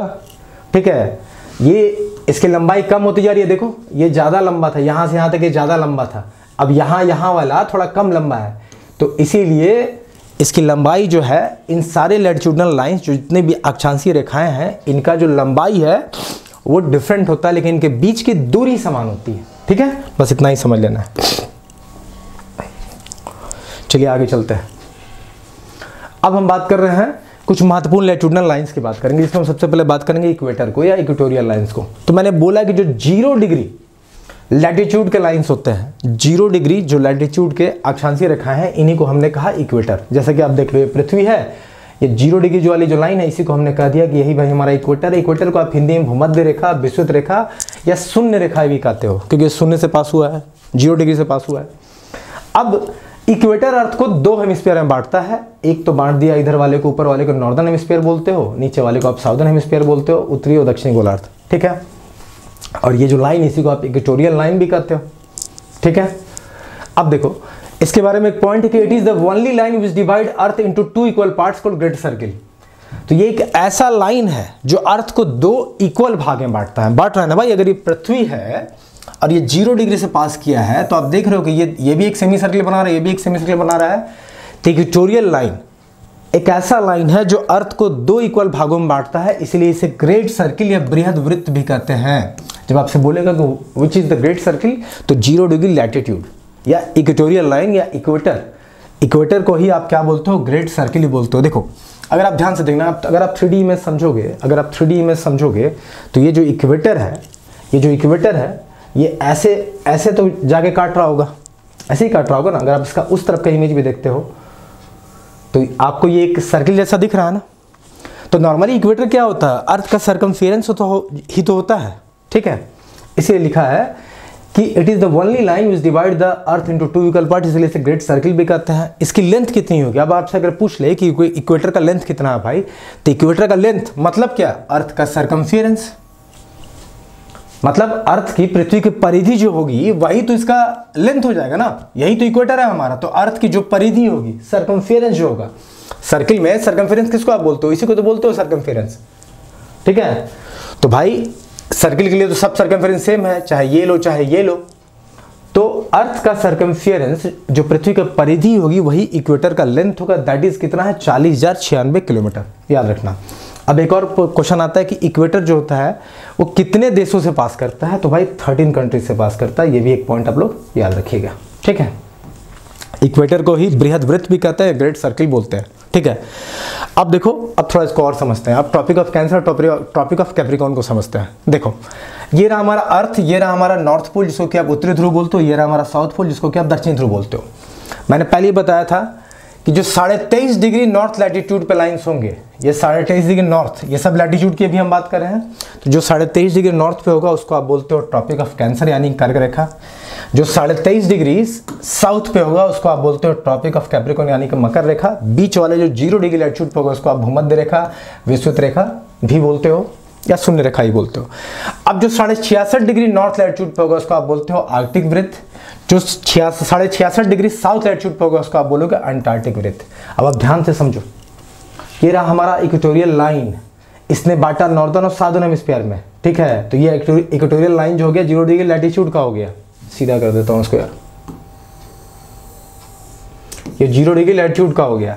ये रहा उत्तरी गोलार्ध, ये रहा दक्षिणी गोलार्ध, तो ये रहा इक्वेटर, ये रहा ट्रॉपिक ऑफ कैंसर 23.5 पे, ट्रॉपिक ऑफ कैप्रिकॉर्न 23.5 पे, लेकिन वो नॉर्थ पे या साउथ पे। फिर 66.5 डिग्री नॉर्थ पे आर्टिक वृत्त, 66.5 डिग्री साउथ पे अंटार्कटिक वृत्त, ये रहा आपका नॉर्थ पोल, इसको आप बोलोगे उत्तरी ध्रुव, इसको आप बोलोगे दक्षिणी ध्रुव। ठीक है, क्लियर। बीच वाले को आप बोलते हो टॉरिड जोन, जिसको आप हिंदी में उष्णकटिबंध बोलते हो। ये रहा आपका टेम्परेट जोन, जिसको कि आप शीतोष्ण कटिबंध बोलते हो। और ये रहा आपका फ्रिजिड जोन, जिसको कि आप शीत कटिबंध बोलते हो। ठीक है, अब देखिए एक टर्म आता है हॉर्स लैटिट्यूड, एक आता है टर्म हॉर्स लैटिट्यूड। ठीक है, तो आपको पता होना चाहिए कि अब पहले तो हम समझेंगे हॉर्स लैटिट्यूड किसको कहते हैं, लेकिन उससे पहले आप समझ लो कि जो अर्थ का ये जो पोर्शन होता है ना, ये जो पृथ्वी का ये वाला इलाका होता है ना, लगभग 5 डिग्री ऊपर और 5 डिग्री नीचे, ये क्या अभी उतना भी मत समझो, आप ऐसा समझो मैंने आपको बोला था कि सूर्य की जो सीधी किरणें होती है ना, वो यहाँ से यहाँ तक के बीच में ही पड़ती है। तो मतलब यहाँ का टेम्परेचर ज़्यादा रहता होगा, यहाँ का टेम्परेचर ज़्यादा रहता है। तो आमतौर पे देखना होता क्या है कि जब हम पृथ्वी के इक्वेटर के 30 या 35 डिग्री ऊपर जाते हैं या इक्वेटर के 30 या 35 डिग्री नीचे जाते हैं, तो हमें एक हाई प्रेशर बेल्ट जोन मिलता है, हमें एक उच्च वायु दाब का एक रीजन मिलता है, इसको कि आप हाई प्रेशर बेल्ट बोलते हो। तो 30 से 35 डिग्री के बीच में ये जो इलाका है, चाहे वो नॉर्थ की तरफ जाए या साउथ की तरफ जाए, ये एक हाई प्रेशर बेल्ट जोन है। तो होता ये था कि पहले के समय में, इसका नाम हॉर्स लैटिट्यूड क्यों पड़ा मैं आपको बताता हूँ। पहले आप ये समझ लो कि इक्वेटर के 30 से 35 डिग्री ऊपर नॉर्थ में, इक्वेटर के 30 से 35 डिग्री नीचे साउथ में, ये जो इलाका है ये हाई प्रेशर बेल्ट जोन है। ठीक है, यहाँ पे आपको उच्च वायु दाब का क्षेत्र इसको बोला जाता है, ये आपको देखने को मिलेगा। रीज़न हम बाद में डिस्कस करेंगे, अभी आपको समझ लो होता क्या था कि यहीं पे आपको फारस की खाड़ी देखने को मिलेगी, यहीं पे आपको फारस की खाड़ी देखने को मिलेगी। होता क्या था कि पहले जब ट्रेड हुआ करता था, तो जो शिप्स यहाँ से क्रॉस करते थे ना, उनको यहाँ पे बहुत दाब महसूस होता था, वायु का जो दाब है, चूंकि हाई प्रेशर बेल्ट जोन है, तो उनको काफ़ी यहाँ पे दाब महसूस होता था, जिसके कारण क्या होता, शिप का मूवमेंट नहीं हो पाता, बहुत अधिक शिप मूव नहीं कर पाता था, क्योंकि यहाँ भाई हाई प्रेशर रहता था, तो उनको ऊपर दबाव पड़ता था, तो शिप का मूवमेंट बहुत अच्छा से नहीं होता था। अब पहले जो शिप थे वो कैसे थे, आप देखो पाल आकार के शिप हुआ करते थे, जिसमें कि आपको बहुत सारे आप सीट्स देखोगे लगे होते थे, जो विंड के डायरेक्शन से, आप देखना इस तरह के शिप्स नहीं होते थे। ठीक है, जिसमें कि क्या कहते हैं, ये पर्दा टाइप का अरेंजमेंट देखने को आपको मिलता था, पाल लगा रहता था। अब एयर के मूवमेंट से ये क्या होता था, ये आगे बढ़ते थे। तो ये जो हाई प्रेशर बेल्ट जो है, यहाँ पे आपको रेनफॉल या प्रेसिपिटेशन भी कम देखने को मिलेगा, विंड भी बड़ा काम रहता है, हवा भी बड़ा शांत रहता है। तो स्थिति में क्या होती है कि हवा शांत है, प्रेशर ज़्यादा है, तो शिप का मूवमेंट हो नहीं पाता था। अब शिप का मूवमेंट नहीं हो पाता था ना, तो इन लोग क्या करते थे कि पहले ये जो फारस की खाड़ी थी यार, यहाँ भी पहले अरबी घोड़े बड़ी फेमस थे, तो उनको क्या इन लोग क्या करते थे, घोड़ों का ट्रेड करते थे। अब घोड़ों का ट्रेड करते थे, तो जब ये इस जोन में गुजरते थे, इक्वेटर के 30 से 35 डिग्री वाले जोन में, ऊपर या नीचे, तो होता क्या था कि ये इस जोन में इन पे बहुत प्रेशर पड़ता था, विंड भी उतना अच्छा नहीं था, तो शिप सेल नहीं कर पाता। तो ये सोचते थे ना कि दो तरह का सोचता, ये इनको लगता था कि या तो समुद्री देवता हमसे बलि मांग रहे हैं, ठीक है, घोड़ों की, तो वो कुछ घोड़े फेंक देते थे समुद्र में, और ऐसे क्या होता, वो घोड़े फेंक देते तो शिप जो जहाज थोड़ा लाइटर हो जाता, इस कारण से उसकी मूवमेंट भी होती थी। तो भाई ये वो इलाका था, इनको बड़ा दिक्कत होता था, भाई विंड उतनी मिल नहीं रही है, शिप सेल ही नहीं हो पाता, तो लोग 7 दिन 8 दिन तक अटके पड़े रहते थे, उनको राशन खाने पानी का अरेंजमेंट नहीं था, तो ये घोड़ों को समुद्र में फेंक दिया करते थे। उससे क्या होता है कि थोड़ा शिप जो है जहाज हल्का हो जाता है और थोड़ा उसको मूवमेंट मिलता था, इस कारण से भी इसको हॉर्स लैटिट्यूड कहा जाता था। तो हॉर्स लैटिट्यूड क्या है, तो इक्वेटर से के नॉर्थ या साउथ में जो 30 से 35 डिग्री का जो इलाका है, इसी को आप क्या बोलते हो, हॉर्स लैटिट्यूड बोलते हो, इसी को आप अश्व अक्षांश भी कहते हो। रीजन मैंने बता दिया आपको, ठीक है। ये एक हाई प्रेशर बेल्ट है, ठीक है, ये क्या है, एक हाई प्रेशर बेल्ट है, उच्च, मैं लिखा है ना, उच्च वायु दाब का ये क्षेत्र है, ठीक है। अब हम बात करते हैं ट्रॉपिक ऑफ कैंसर के बारे में थोड़ा सा। देखो ट्रॉपिक ऑफ कैंसर जो है ना, भारत में कहाँ से गुजरता है, ये मैंने बताया कि ट्रॉपिक ऑफ कैंसर कौन सा है, तो 23.5 डिग्री नॉर्थ लैटिट्यूड पे जो हमारी लाइन है, यही हमारा ट्रॉपिक ऑफ कैंसर यानी कि कर्क रेखा है। तो कर्क रेखा भारत में कहाँ से गुजरता है, तो कर्क रेखा भारत में 8 राज्यों से होकर गुजरती है, 8 राज्यों से। अगर आप वेस्ट से ईस्ट की तरफ देखेंगे तो पहले गुजरात, फिर राजस्थान, फिर मध्य प्रदेश, फिर छत्तीसगढ़, फिर झारखंड, फिर वेस्ट बंगाल, फिर त्रिपुरा और मिजोरम। तो ये आपको याद रखना, ये हमेशा पूछता है। तो ट्रॉपिक ऑफ कैंसर यानी कि कर्क रेखा, जिसको कि आप 23.5 डिग्री नॉर्थ लैटिट्यूड भी कहते हो, ये भारत से 8 राज्यों से पास करती है। कितनी? 8 स्टेट से पास करती है। अगर हम वेस्ट से ईस्ट की तरफ देखें तो गुजरात, ठीक है, मैंने यहाँ लिख कर रखा है गुजरात, राजस्थान, मध्य प्रदेश, छत्तीसगढ़, झारखंड, वेस्ट बंगाल, त्रिपुरा और मिजोरम। गुजरात, राजस्थान, मध्य प्रदेश, छत्तीसगढ़, झारखंड, वेस्ट बंगाल, त्रिपुरा और मिजोरम। तो ये रहा सीक्वेंस। आपसे कभी पूछ लेगा कि भाई ट्रॉपिक ऑफ कैंसर कर्क रेखा ईस्ट से वेस्ट की तरफ कौन कौन स्टेट से पास करती है, तो आपको ये सीक्वेंस याद होना चाहिए, वेस्ट से ईस्ट या ईस्ट टू वेस्ट। ठीक है, अगर आप इसको मैप में देखते हो तो मैं देखो, मैं दिखा रहा हूँ मैप में, ये रहा देखो ट्रॉपिक ऑफ कैंसर कर्क रेखा हमारी, देखो कहाँ कहाँ से पास की है। ये रहा गुजरात, ठीक है, ये रहा राजस्थान, ये रहा मध्य प्रदेश, ठीक है, ये रहा छत्तीसगढ़, ये रहा झारखंड, ये रहा वेस्ट बंगाल, ये रहा त्रिपुरा और ये रहा मिजोरम। तो भाई टोटल ट्रॉपिक ऑफ कैंसर जो है ना वो 8 स्टेट से पास करती है। कितने? 8 राज्यों से पास करती है। कुछ पॉइंट्स और लो, देखो लिखा हुआ है कि Tropic of Cancer is an imaginary line. भाई ये एक लैटिट्यूडनल लाइन है 23.5 डिग्री पे, और मैंने पहले ही बोला हुआ है कि जितने भी लैटिट्यूडनल लाइन्स है मैंने पहले ही आपको बताया वो सब इमेजिनरी लाइन्स है कि नहीं, काल्पनिक रेखाएं हैं। तो यही पॉइंट यहाँ वो लिख रहा है कि ट्रॉपिक ऑफ कैंसर एक इमेजिनरी लाइन है, ठीक है, जो 23.5 डिग्री पे है। It is north of equator which passes through the middle of India. North of equator है ना भाई, ये रहा हमारा इक्वेटर और ये रहा हमारा कर्क रेखा, तो ये इसके नॉर्थ में ही है। ठीक है, वैसे अगर आपको बोले मकर रेखा ट्रॉपिक ऑफ कैप्रिकॉर्न, तो ये साउथ में आएगी। ठीक है, और तीसरा पॉइंट है कि Tropic of Cancer passes through 17 countries and India is one of them. एक और पॉइंट रखना है कि भाई ट्रॉपिक ऑफ कैंसर कर्क रेखा तो भारत से 8 राज्यों से गुजरती है, लेकिन ये टोटल कितने कंट्रीज से क्रॉस करती है भाई, तो 17 कंट्रीज से। कर्क रेखा पूरी दुनिया में 17 देशों से होकर गुजरती है। कितने? 17 देशों से होकर गुजरती है। ये पॉइंट आपको याद रखना है। कर्क रेखा पूरी दुनिया में 17 देशों से होकर गुजरती है, ये बात मैंने बताया आपको। और एक पॉइंट मैंने यहाँ बताया क्या था, देखो कि जो इक्वेटर है कितने जगह से पास करता है, तो 13 देशों से। इक्वेटर 13 कंट्री से पास करता है। ट्रॉपिक ऑफ कैंसर कितने से पास कर रहा है भाई, तो 17 कंट्री से। ये बड़े छोटे छोटे फैक्ट्स है जो एग्जाम में पूछ लेते हैं। ठीक है, तो ये आप समझ गए, भारत में 8 राज्यों से पास करता है। ये रहा वेस्ट टू ईस्ट पास करने का तरीका, गुजरात, राजस्थान, मध्य प्रदेश, छत्तीसगढ़, झारखंड, वेस्ट बंगाल, त्रिपुरा और मिजोरम। ठीक है, अब देखो जो 17 देशों से ट्रॉपिक ऑफ कैंसर यानी कर्क रेखा पास करता है, आप देख सकते हो ये जो व्हाइट वाला लाइन है यही आपका कर्क रेखा है। तो ये देखो जो 17 देश से पास करता है, जिसमें कि नॉर्थ अमेरिका के 2 कंट्री हैं, मैक्सिको और बहामास है। देखो मैंने वहाँ बगल में लिखा है, नॉर्थ अमेरिका के 2 देशों से पास करती है। अफ्रीका में लगभग 7 देशों से पास करती है, अल्जीरिया, लीबिया, इजिप्ट, इसके बाद आपका वेस्टर्न सहारा, मॉरिशिया, माली और नाइजर। और एशिया में Saudi Arabia, UAE, Oman, India, Bangladesh, Myanmar, China, Taiwan.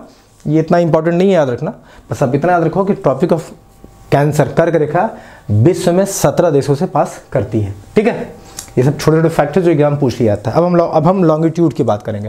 देखो लैटिट्यूड को हमने क्या कहा, जो लेटी हुई रेखाएं हैं। ठीक है, तो लैटिट्यूड हमारा हुआ लेटी हुई रेखा है। ठीक है,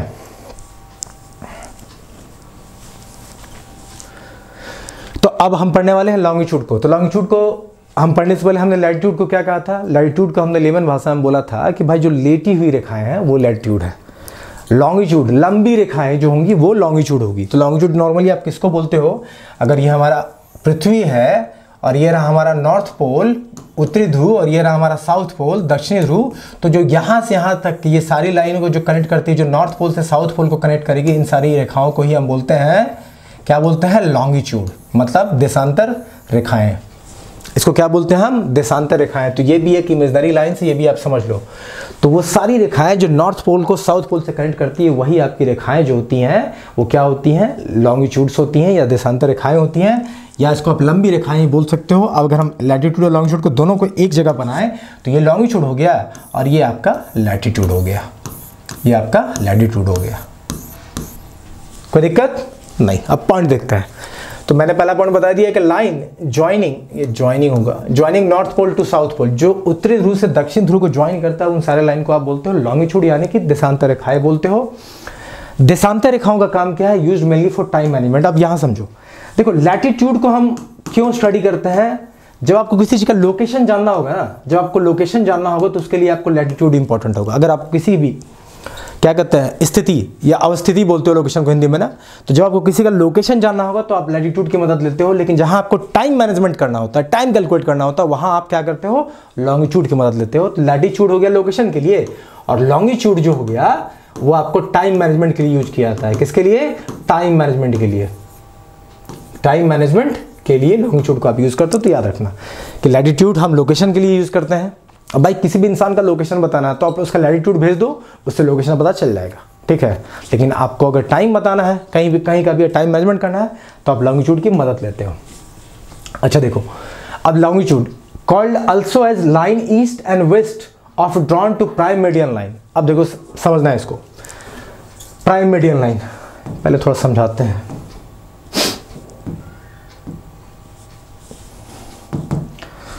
देखो जैसे इक्वेटर क्या किया, यहीं पे चलते हैं। देखो ये था हमारा लैटिट्यूड, ये यहां देखो आप लॉन्गिट्यूड देखो, जो 0 डिग्री, जो हमारा 0 डिग्री लैटिट्यूड था उसको आपने तो कह दिया इक्वेटर है भाई। तो जो 0 डिग्री लॉन्गिट्यूड होगा उसको आप बोलते हो प्राइम मेरिडियन।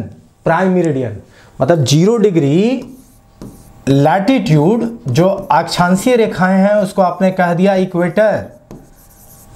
तो भाई जो 0 डिग्री लॉन्गिट्यूड होगा, जो 0 डिग्री लॉन्गिट्यूड होगा उसको आप क्या बोलते हो? उसको आप बोलते हो प्राइम मेरिडियन। Prime meridian.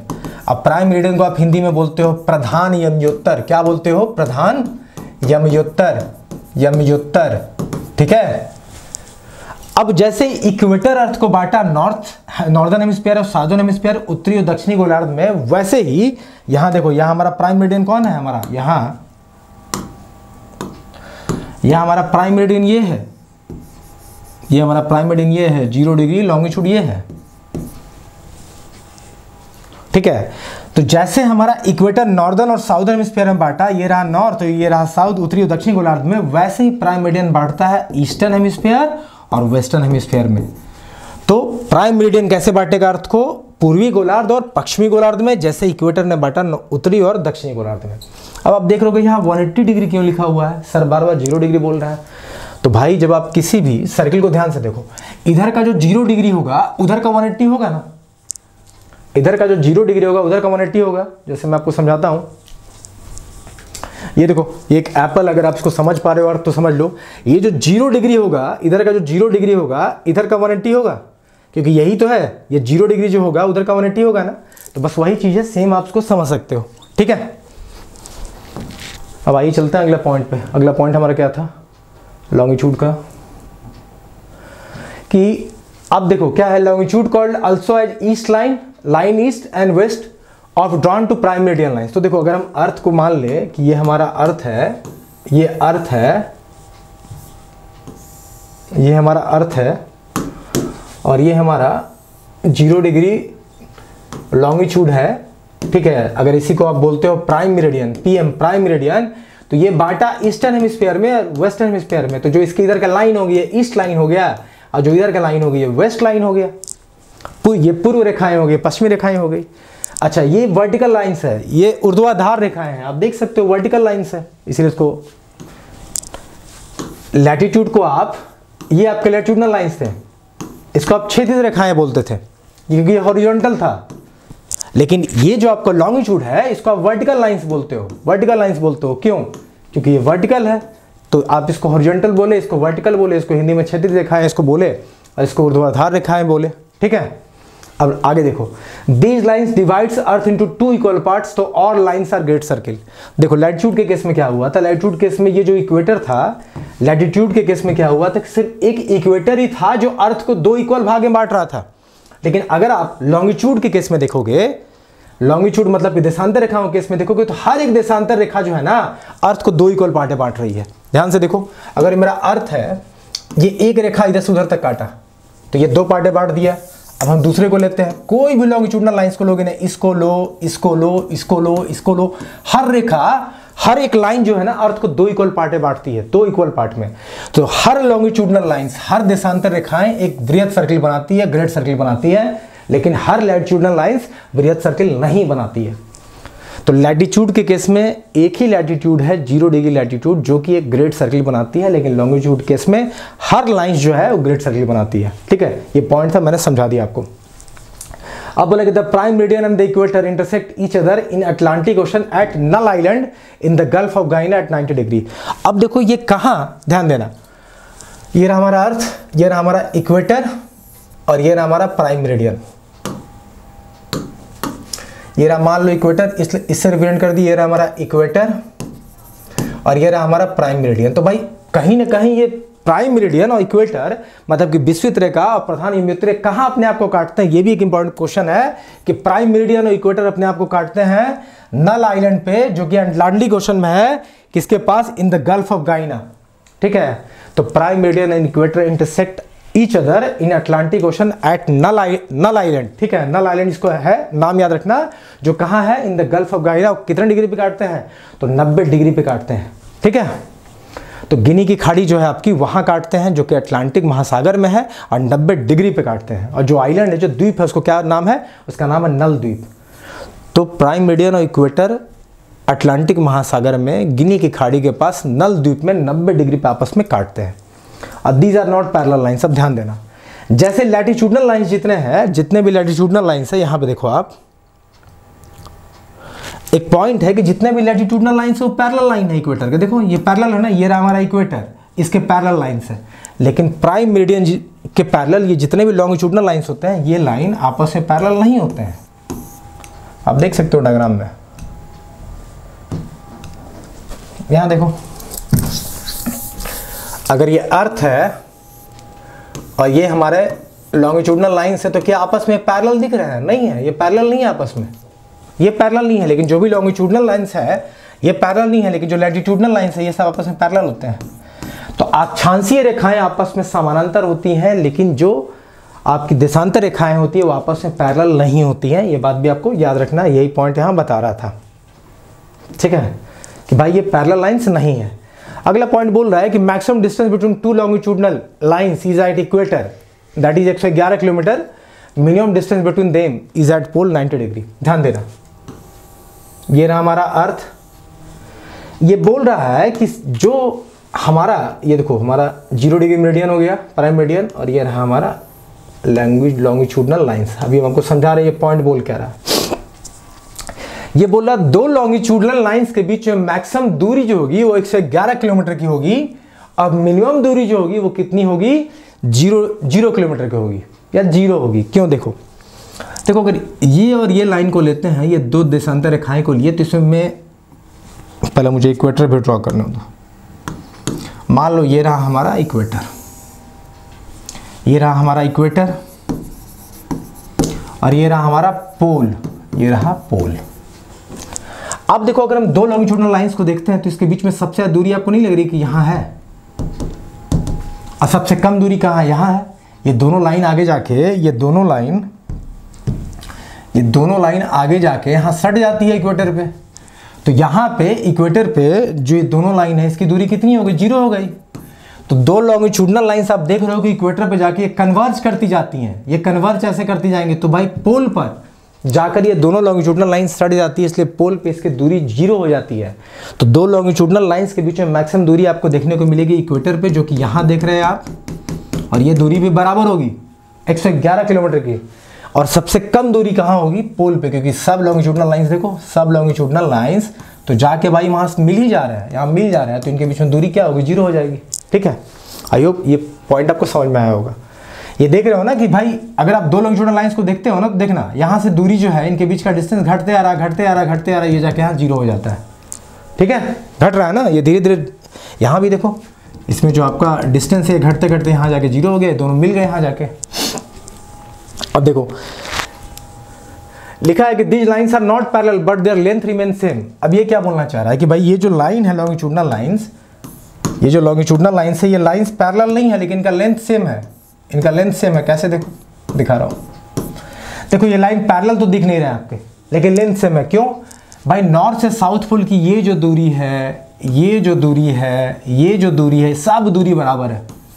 ये जो लाइन खींचा जा रहा है नॉर्थ पोल से साउथ पोल, ये जो भी लाइन जिस डिग्री पे भी खींचा जाए, जैसे ये देखो ये 0 डिग्री पे है, मान लो ये 1 डिग्री का लाइन है, ये 2 डिग्री का लाइन है, 3 डिग्री का लाइन है, भाई तो सब तो इक्वली है ना, सब तो इक्वली है, क्योंकि सब तो अर्थ का सरकमफेरेंस ही ले रहा है।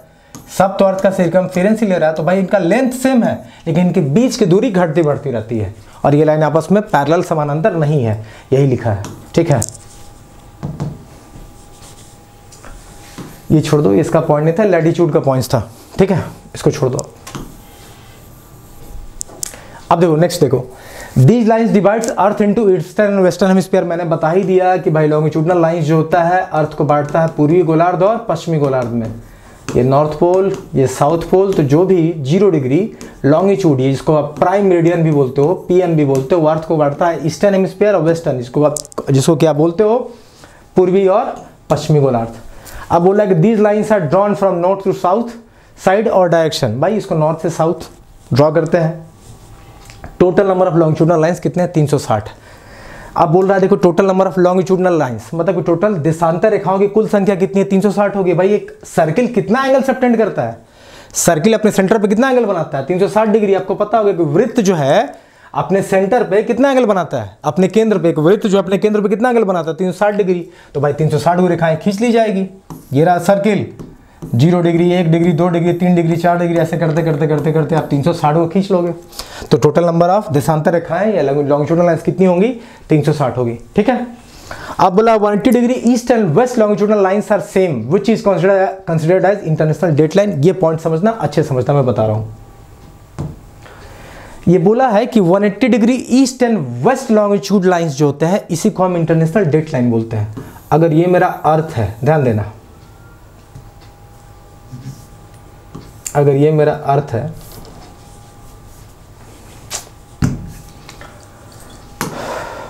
और ये हमारा नॉर्थ पोल है और ये साउथ पोल है, देखो जो इधर का 0 डिग्री होगा ये वही उधर का 180 डिग्री होगा। होगा कि नहीं होगा? देखो सोच के बताओ। अगर एक सर्किल लेते हैं हम तो जो इधर का 0 डिग्री होगा उधर का 180 होगा। होगा, तो यही बोला है कि जो 180 degree east and west longitude, भाई जो भी 180 डिग्री आपका ईस्ट या वेस्ट दोनों भी लॉन्गिट्यूड किधर का भी लेंगे, इसी को हम बोलते हैं इंटरनेशनल डेट लाइन। तो भाई 0 डिग्री लॉन्गिट्यूड या 180 डिग्री लॉन्गिट्यूड, यही दोनों को हम बोलते हैं इंटरनेशनल डेट लाइन। क्योंकि यही 0 डिग्री वाला तो उधर का 180 है, लेकिन हम 180 अगर ईस्ट और वेस्ट को लेते हैं तो उसी को हम क्या बोलते हैं? इंटरनेशनल डेट लाइन, यानी कि अंतर्राष्ट्रीय तिथि रेखा। ठीक है, जो वर्ल्ड कॉमन टाइम का मेजरमेंट है हम उसी को थ्रू लेके करते हैं। तो जो 180 डिग्री ईस्ट और वेस्ट की जो रेखाएं हैं, देशांतर रेखाएं, इसी को हम बोलते हैं इंटरनेशनल डेट लाइन। और जो आप समझ भी सकते हो, कोई भी आप एक 3D पिक्चर पकड़ोगे, मैंने बताया था कि जो 0 डिग्री इधर का होगा ये इधर का क्या हो जाएगा? 180 हो जाएगा। ठीक है, सॉरी मेरे पास एप्पल ही था, उसी के थ्रू मैं बता सकता था। अब देखो कुछ और समझते हैं, टाइम कैलकुलेशन। टाइम का कैलकुलेशन कैसे करते हैं? देखो समय की गणना अगर हम करते हैं, आपको पता होगा मैंने बोला कि 0 डिग्री लॉन्गिट्यूड जो है, 0 डिग्री लॉन्गिट्यूड जो है, ये GMT है, इसको M करो। 0 डिग्री लॉन्गिट्यूड को या 180 डिग्री को हमने वर्ल्ड कॉमन टाइम मेजरमेंट में लिया है। वर्ल्ड कॉमन टाइम मेजरमेंट में, या इसी को हमने कहा International Date Line, IDT, International Date Line, अंतर्राष्ट्रीय समय रेखा मापक, हमने इसे मान लिया। अब आपको पता है कि 0 डिग्री लॉन्गिट्यूड लाइंस जो है वो कहाँ से पास करती है? तो ग्रीनविच मीन, इसी को क्या बोलते हैं हम? ग्रीनविच मीन टाइम बोलते हैं, जो कि लंदन से पास करती है। कहाँ से पास करती है? लंदन से पास करती है। तो GMT आप जिसको बोलते हो, जो कि 0 डिग्री लॉन्गिट्यूड या 180 डिग्री लॉन्गिट्यूड है, वो पास कहाँ से करती है? लंदन से पास करती है। यही हमारा वर्ल्ड कॉमन टाइम का मेजरमेंट इसी से करते हैं और इसी को हम बोलते हैं इंटरनेशनल डेट लाइन। इसी को क्या बोलते हैं? International Date Line. अब ये देखो आप, ये जो दिखा रहा है, ये है हमारा IST। ये हमारा क्या है? IST। इसको आप बोलते हो इंडियन स्टैंडर्ड टाइम। इसको क्या बोलते हो? Indian standard time. अब ये जो इंडियन स्टैंडर्ड टाइम है ये कहाँ से पास करता है? तो ये इंडिया में आपको 2 चीज़ देखने को मिल जाएगा। आपको 2 चीज़ देखने को मिल जाएगा। एक तो मिल जाएगा ये नैनी इलाहाबाद से पास करती है, नैनी इलाहाबाद से पास करती है, या आपको मिर्जापुर यूपी भी देखने को मिल जाएगा, मिर्जापुर यूपी भी देखने को मिल जाएगा। तो इंडिया एक सिंगल टाइम जोन को फॉलो करता है और इंडिया का जो सिंगल टाइम जोन है, जो मापक, भारत समय मापक है, वो IST है, जिसको हम बोलते हैं 82.5 डिग्री ईस्ट लैटिट्यूड। ये 82.5 डिग्री ईस्ट लैटिट्यूड नहीं, लॉन्गिट्यूड। अब ईस्ट क्यों लिए? क्योंकि देखो अगर ये प्राइम मेरिडियन है तो मैंने बोला कि प्राइम मेरिडियन पृथ्वी को ईस्टर्न और वेस्टर्न हेमिस्फीयर में बांटता है और हमने 82.5 डिग्री ईस्ट लॉन्गिट्यूड को भारत का एक्चुअल स्टैंडर्ड समय मापक माना है। तो वर्ल्ड का जो common time International Date Line है वो 0 डिग्री लॉन्गिट्यूड है, भारत का है 82.5 डिग्री ईस्ट लॉन्गिट्यूड। तो हम यहाँ पे ये दिखाना चाह रहे हैं कि अगर हम GMT से IST को कैलकुलेट करते हैं तो GMT IST के बीच में डिफरेंस कितना है, GMT IST के बीच में एक्चुअल डिफरेंस कितना, यही हम यहाँ निकालना आपको बता रहे हैं। ये देखो, मान लो ये भी जो है बता रहा है इंडिया को, तो यहाँ हमारा इंडिया है और हमने इंडिया में जो टाइम मेजरमेंट का मापक माना है, स्टैंडर्ड माना है, वो IST को माना है जो कि 82.5 डिग्री ईस्ट लॉन्गिट्यूड है। अब आपको पता है कि पृथ्वी अपने एक्सिस पे 24 घंटे में रोटेट कर जाती है एक बार। अब 24 घंटे में अगर एक्सिस पर रोटेट करती है तो 24 घंटे में कितना एंगल बनाई वो बनाई 360 डिग्री का एंगल। यहाँ देखो, 24 घंटे में पृथ्वी 360 डिग्री का एंगल बनाती है, तो भाई 12 घंटे में बनाएगी 180 डिग्री का, ठीक है, और 1 घंटे में बनाएगी 15 डिग्री का। मतलब कि 4 मिनट लेगी 1 डिग्री कवर करने में। तो 4 मिनट मतलब अगर 1 डिग्री का लॉन्गिट्यूडनल डिफरेंस, 1 डिग्री का देशांतरीय अंतर अगर हमको कवर करना होगा तो हमको 4 मिनट का समय देना होगा या 4 मिनट लगेंगे। तो ये 0 डिग्री पे है, ये आपका 0 डिग्री पे है और ये जो लाइन है ये 82.5 डिग्री पे है। तो अगर 1 डिग्री कवर करने में 4 मिनट का अंतर लगता है तो 0 डिग्री से 82.5 डिग्री कवर करने में यहाँ देख लो 82 गुने 4 और हाफ गुने 4 330 मिनट का समय लगेगा। 330 डिवाइड बाई 60 5.5 घंटे का अंतर आपको देखने को मिलता है। तो IST GMT से के बीच में डिफरेंस कितना है, 5.5 घंटे का अंतर है। मतलब भारत का जो समय है आपका लंदन से 5-5.5 घंटे आगे है। तो जब आप घड़ी देखोगे तो 5.5 घंटे आगे टाइम बताएगा, ठीक है। अगर वहाँ 7 बज रहा है तो यहाँ 12:30 बज रहा होगा, ठीक है। तो ये मैंने आपको बता दिया कि भाई 1 डिग्री, देखो यहाँ मैंने लिखा है 0 degree, 1 degree, 2 degree, 3 degree, 4 degree. 1 degree पे अंतर कितना है, 4 मिनट का है। 1 डिग्री पे डिफरेंस कितना है, 4 मिनट का है। तो अगर आप 1 डिग्री लॉन्गिट्यूडनल डिस्टेंस कवर करोगे तो आपको कितना समय देना होगा, 4 मिनट का समय देना होगा। तो ये था बताना आपको कि IST GMT के बारे में। GMT पास कहाँ से करता है, लंदन से पास करता है। GMT है क्या, ग्रीनविच मीन टाइम, यही वर्ल्ड कॉमन टाइम मेजरमेंट है, विश्व का जो कॉमन टाइम मेजरमेंट का स्टैंडर्ड मापक है GMT है। ये 0 डिग्री लॉन्गिट्यूड को बोलते हैं या 180 डिग्री लॉन्गिट्यूड को ही बोलते हैं, इसी को इंटरनेशनल डेट लाइन ही बोलते हैं। लेकिन भारत अपना एक समय मापक मेजर करता है, लेके चलता है, जिसको हम बोलते हैं IST इंडियन स्टैंडर्ड टाइम, जो कहाँ से पास करता है भारत में, या तो इलाहाबाद नैनी या मिर्जापुर UP आप बोलते हो। ये कितने स्टेट से पास करता है IST, 5 स्टेट से पास करता है। कहाँ से, उत्तर प्रदेश, मध्य प्रदेश, छत्तीसगढ़, उड़ीसा और आंध्र प्रदेश। याद रखना कितने स्टेट से पास करता है, 5 स्टेट से पास करता है। ये आपका IST उत्तर प्रदेश, मध्य प्रदेश, छत्तीसगढ़, उड़ीसा, आंध्र प्रदेश। मैं आपको मैप में दिखाता भी हूं, अच्छा मैं यहाँ आगे दिखाऊंगा, ठीक है। अब हम लैटिट्यूड लॉन्गिट्यूड पढ़ चुके हैं, दोनों का एक क्विक रिवीजन ले लेते हैं, ठीक है। अगर आप लैटिट्यूड लॉन्गिट्यूड के बीच में डिफरेंस देखोगे तो लैटिट्यूड्स क्या होता है, हॉरिजॉन्टल लाइन से क्षैतिज रेखाएं हैं। लॉन्गिट्यूड क्या है, वर्टिकल लाइन से ऊर्ध्वाधर रेखाएं हैं, ठीक है। अब दोनों पैरेलल होते हैं कि नहीं, तो भाई देखो लैटिट्यूड तो पैरेलल होते हैं, हाँ। लॉन्गिट्यूड पैरेलल होते हैं, नहीं, ये ऐसे होते हैं, नहीं होते हैं पैरेलल। लेंथ, भाई इनका लेंथ सेम नहीं होता है। देखो लैटिट्यूड का लेंथ सेम होगा, नहीं होगा। ये इक्वेटर है, इसका लेंथ ज़्यादा होता है, फिर ये घटते जाएगा, पोल पे 0 हो जाएगा, तो सेम नहीं होता है। लेकिन लॉन्गिट्यूड का लेंथ सेम होता है, हाँ भाई सेम होता है। ये रहा अर्थ, हर नॉर्थ पोल से साउथ पोल पे आने वाली जितनी भी रेखाएं हैं ये सब का लेंथ सेम होता है, ठीक है। ग्रेट सर्किल, खाली इक्वेटर जो है अर्थ को 2 इक्वल भाग में बांटती है, इसलिए इक्वेटर एक ग्रेट सर्किल, सिर्फ एक ही ग्रेट सर्किल है लैटिट्यूड में, वो है इक्वेटर। लेकिन यहाँ लॉन्गिट्यूड में हर लाइन जो है ना अर्थ को 2 इक्वल पार्ट में बांटती है, तो यहाँ सारी लाइनें जो है ना ग्रेट सर्किल है, मतलब वृहद रेखाएं हैं, वृहद वृत्त बनाती है। अब महत्व की बात करते हैं भाई, तो क्लाइमेट और लोकेशन के लिए हम यूज करते हैं लैटिट्यूड का, और टाइम कैलकुलेशन के लिए भी हम यूज करते हैं लॉन्गिट्यूड का, ठीक है। तो ये मैंने आपको बता दिया। क्योंकि आज इस लेक्चर को यहीं रोकते हैं, अगले लेक्चर में हम स्टार्ट करेंगे लॉन्गिट्यूडनल एक्सटेंट ऑफ इंडिया के। भाई भारत का जो अक्षांशीय और देशांतरीय विस्तार है उसको हम समझेंगे, साथ ही बहुत सारे पॉइंट्स को कवर करने वाले हैं। हम आपको बताएंगे कि इंडिया के चारों, इंडिया का east to west, north to south का जो लास्ट पॉइंट है वो क्या क्या है, कहाँ कहाँ लाई करता है। तो ये सारे के सारे लेक्चर हम नेक्स्ट क्लास में, सारे के सारे स्लाइड हम नेक्स्ट क्लास में पढ़ने वाले हैं। सो टिल देन मैंने जो भी बताया उसको अच्छे से समझ लो और अच्छे से पढ़ाई कीजिए। और जो लोग भी JPSC कोर्स में हम लोग से जुड़ना चाहते हैं वो हमारे चैनल को सब्सक्राइब कर लो, हमारे ऐप को डाउनलोड कर लो, हमारे झारखंड, और आप जुड़ के अपने JPSC की तैयारी अच्छी कर सकते हैं हमारे साथ, ठीक।